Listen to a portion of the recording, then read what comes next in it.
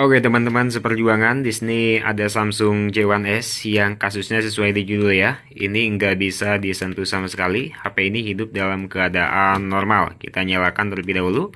Tombol on off-nya pun juga ini udah ngelepot ya bahasa Sundanya kayak begitu. Nah, jadi agak susah juga ini. Ini harus benerin juga sih. Inisiatif kita ya harus benerin. Karena kita kalau mau betulin touchscreen yang nggak bisa disentuh di Samsung J1S itu harus bukanya itu lewat depan loh ya. Jadi nggak bisa dibuka lewat belakang. Jadi harganya pun juga cukup lumayan mahal untuk repair ataupun perbaikan Samsung J1S yang nggak bisa disentuh. Ataupun hal lain kerusakan-kerusakan dari HP Samsung ataupun HP lainnya yang dibukanya lewat depan. Itu artinya LCD-nya harus kita angkat terlebih dahulu dan itu menyebabkan ya, kerugian ketika kita gagal menganalisa saat mau pencopotan LCD. Nah, jadi di sini gua mau buat tutorial apa yang gua bisa di sini ya.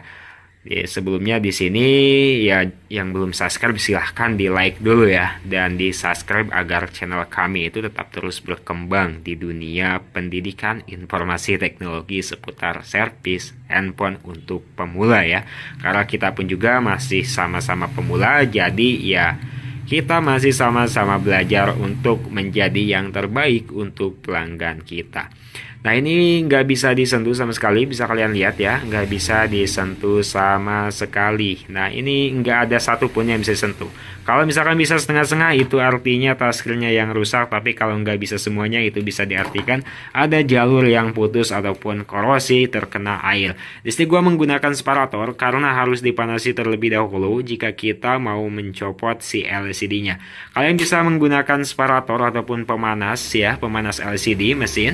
Nah, kalian pun juga bisa menggunakan blower. Blower yang gua gunakan adalah blower Quick 850A yang analog yang biasa, harganya 400 ribuan. Tapi di sini gua memilih dengan menggunakan separator karena lebih simpel dan tinggal nunggu aja dari 28 ini sampai hingga 100. Nah, jadi kita tunggu aja hingga semuanya benar-benar ya sampai 100 seperti ini.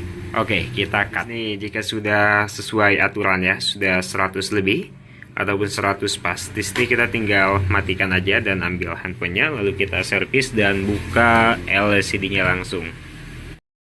Oke, balik lagi bersama gua Lutfi Servis dan kali ini kita kedatangan tamu yang tadi undang. Dia datang sendiri membawa servisan Samsung J1S yang katanya tidak bisa disentuh alias not respond touchscreen-nya. Nah, jadi kita melakukan perbaikan pada HP ini khusus di touchscreen aja, enggak ada yang lebih dan kita bakalan melebihi di on off-nya.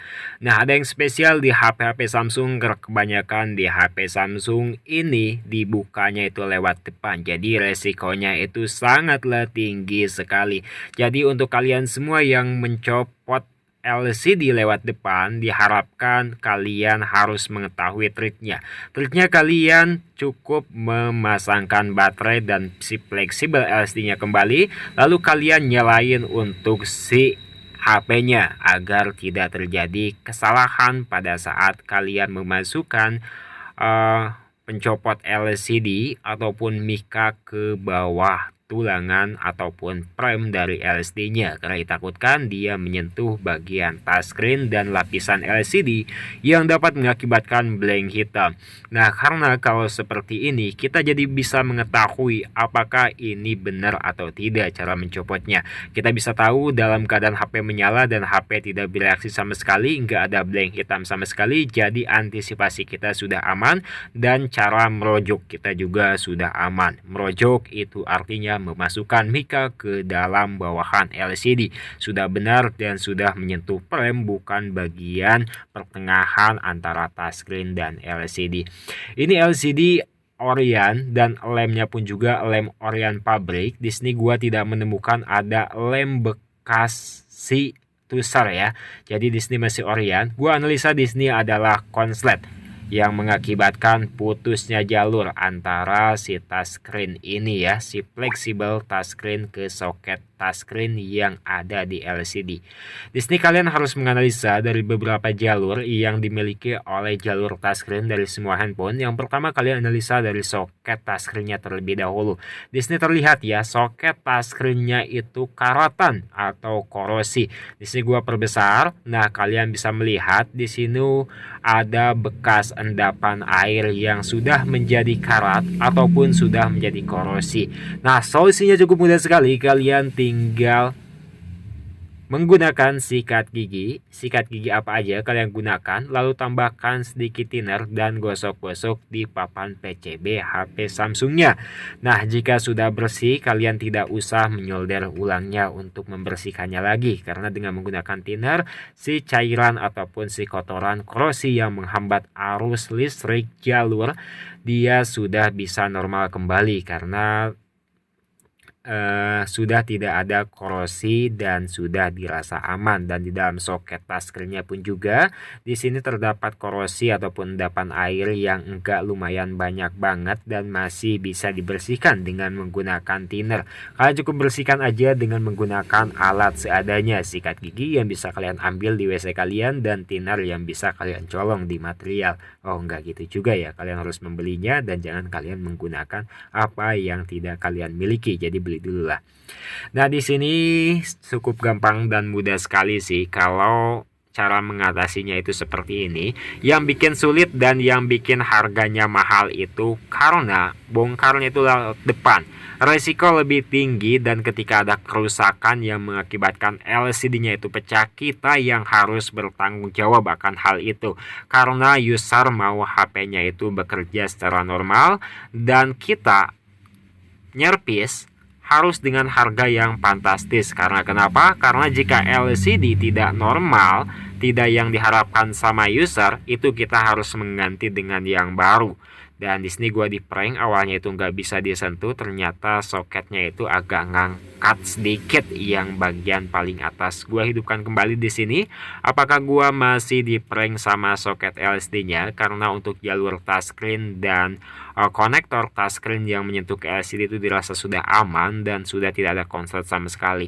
Nah, jika ini masih tidak bisa disentuh sama sekali, kita akan beralih ke jalur mesin. Kita akan turuni mesinnya dan buka baut semua baut yang menempel pada papan PCB bagian frame dari si LCD-nya tersebut. Nah, oke, kita bongkar kembali untuk HP-nya. Ya ginilah servis HP itu harus penuh dengan kesabaran. Bongkar pasang, pasang untuk mengecek, bongkar untuk memperbaiki. Ketika hal yang sudah kita perbaiki dirasa sudah wajar, kita pasang kembali, dan apabila gagal, kita bongkar kembali. Ya, itulah servis handphone. Kita harus pintar-pintar menganalisa keadaan. Di sini terlihat ada endapan air juga. Kayaknya sih ini habis lebaran kemarin HP ini dibawa main ke air, ke pantai. Jadi kemasuki air sedikit dan berhasil mengendap di bagian jalur LCD dan touchscreen. Jadi di sini gua bersihkan kembali dengan menggunakan thinner dan sikat gigi, nggak usah menggunakan solder karena masih bisa dibersihkan. Bisa kalian lihat untuk hasilnya. Jangan lupa keringkan dengan menggunakan thinner sedikit aja jika sudah berhasil dibersihkan dan tidak ada korosi lagi dengan menggunakan tisu ya untuk mengeringkannya. Nah, di sini untuk jalurnya sudah aman semuanya ya. Jadi buat kalian semua di sini yang bisa servis HP, misal kamu belajar servis HP ya, kalian coba-coba bongkar aja dengan sendirinya, belajar walaupun itu rugi, itu bakal menjadi pengalaman untuk kalian semua. Dan di sini berhasil hanya dengan menggunakan alat seadanya, yaitu sikat gigi dan thinner untuk membersihkan korosi-korosi yang mengendap pada handphone ini. Kita cek galerinya terlebih dahulu dan enggak ada yang spesial. Jadi kita kembali terlebih dahulu dan kita bakal bereskan dengan menggunakan lem T8000 yang warna white. Di sini sebelumnya gua sudah berjanji bakal membetulkan juga untuk area on off-nya, karena area on off-nya agak sedikit ke dalam ya, jadi susah banget untuk dipijatnya itu harus keras. Nah, di sini gua kelupaan malah lemnya terlebih dahulu. Oke. Di sini juga gua mau masang tapi gua ingat On off belum dibenerin. Ya, gua harus benerin dulu. Solusinya di sini hanya diganjal aja. Kalian bisa memotong SIM card bekas. Jadi SIM card bekas yang sudah expired itu jangan kalian buang. Kalian potong-potong seperti itu. Itu bakal menjadi cuan apabila kalian pintar mengkonversi antara si SIM card bekas dengan uang ya, dengan kepintaran dan kelihayan kalian. Oke, di sini jangan lupa juga untuk tombol home-nya, jangan sampai tombol home-nya itu kelewat ya, karena bisa barabe kalau kelewat.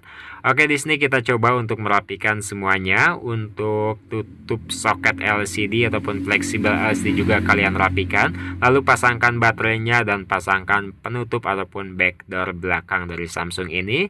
Dan kalian bisa menyalakan dengan tombol yang baru. Artinya sudah tidak ke bawah lagi dan tombol ini sudah empuk dan sudah seperti baru. Enak banget loh dipijitnya ini. Oke, lalu kalian jangan lupa untuk menambahkan karet, karena karet di sini agar lem-lemnya itu maksimal ya dan tidak mengambang untuk LCD-nya. Karet di sini diamkan selama setengah jam kalau LCD itu masih orian. Kalau LCD-nya KW, kalian bisa diamkan selama 2 jam agar hasilnya itu maksimal. Dan kalau LCD ori itu diamkannya itu seperti ini aja dan karetnya itu enggak terlalu banyak, enggak usah ya. Kalau LCD KW karetnya itu banyakkan agar rapat dan kepadatannya itu maksimal, menjadikan HP ini menjadi HP yang luar biasa. Oke, terima kasih telah menonton video ini. Semoga video ini bermanfaat untuk kalian semua yang mau belajar menjadi servis handphone. Ini adalah video pertama kita. Bila silahkan di like.